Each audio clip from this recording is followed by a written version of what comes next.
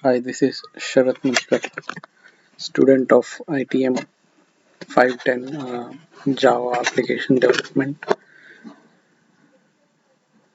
Today I'm going to walk you through the demo of the final project that is developed using JavaFX as a front end and MySQL as the backend database.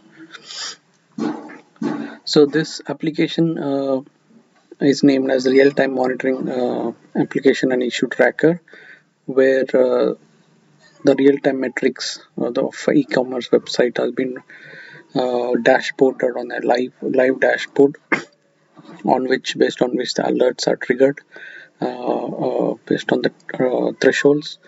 And also there are three different types of users who interact with this application: admin users who create the users with different roles as a manager or a user, and then they can also edit, modify, or delete the users, whereas the manager is the user who assigns the tickets or the issues as the and creates new tickets or issues and assigns it to users, and the users are the one who monitor the dashboards and also monitor the alerts and take care of the alerts in case of there are any alerts.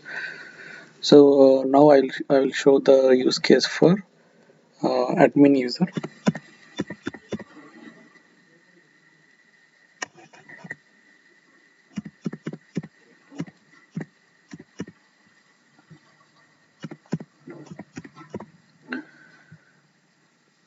For the admin user, the email is admin@test.com and the password is admin.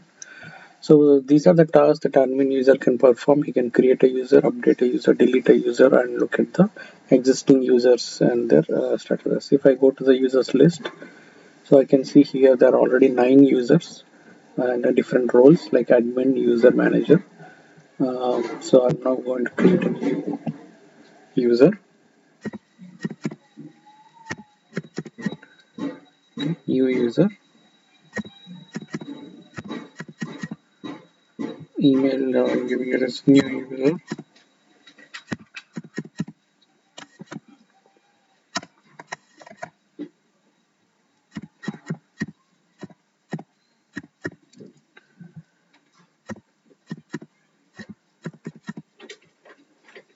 So the admin can assign the roles to the users created.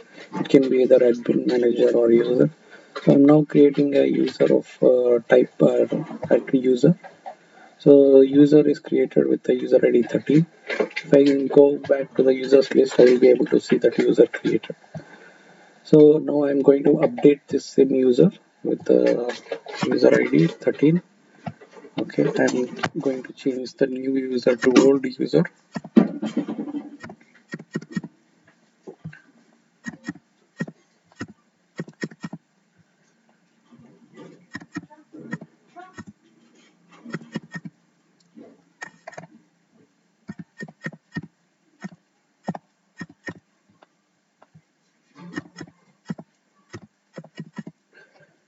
Okay.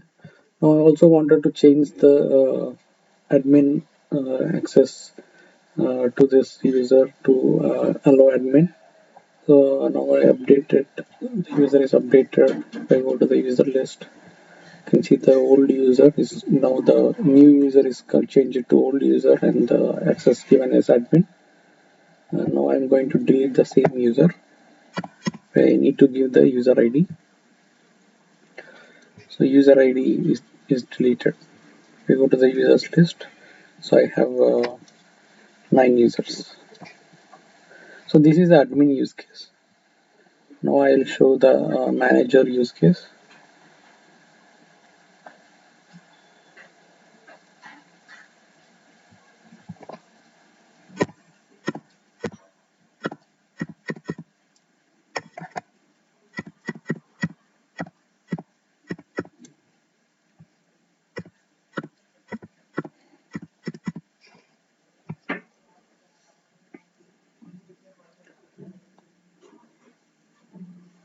This is the manager login console where he will be able to create a ticket, update update a ticket and look at all the tickets that are assigned to other users. And if I go and look at the tickets that are created as of now, so there are a number of tickets which are assigned to different users and different statuses. So manager can look at those and keep them updated. So if I want to create a new issue,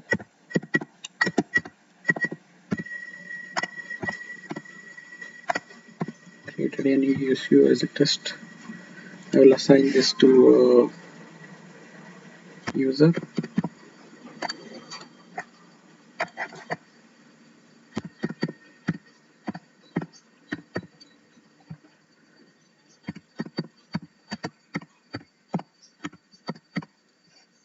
Okay, I can create the status as in progress, and if you see the ticket is created, if I go to the list all tickets, new issue is the 12, so it's got created as in progress.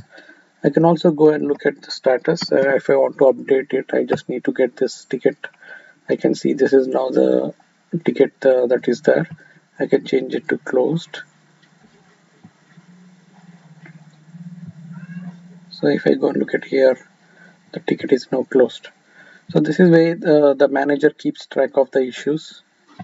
Now I'll show you another use case of the normal user.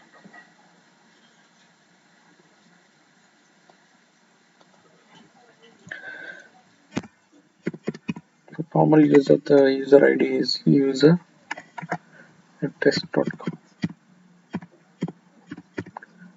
and then password is user.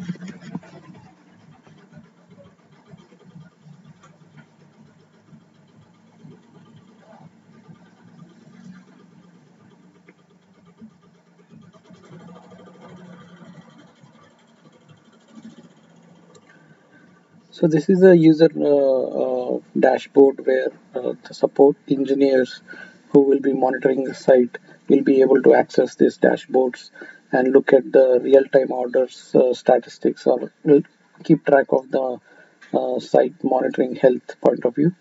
So this is a real-time chart that is presented here, which is refreshing every 10 seconds. And this is actually being generated by a simulation done in the background, where a store procedure is written, and then there's a scheduled every 10 seconds.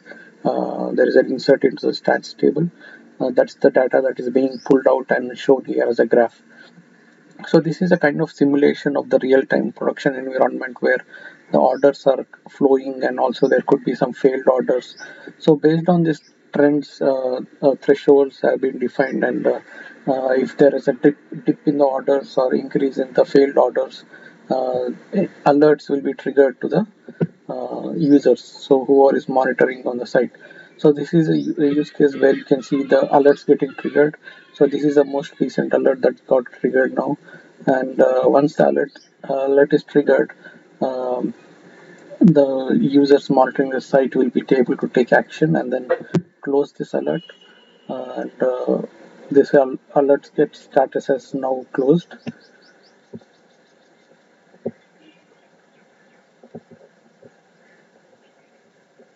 And we also have analytics dashboard, where this is more kind of long-term analysis, where date periods from and to need to be mentioned, and then based on that date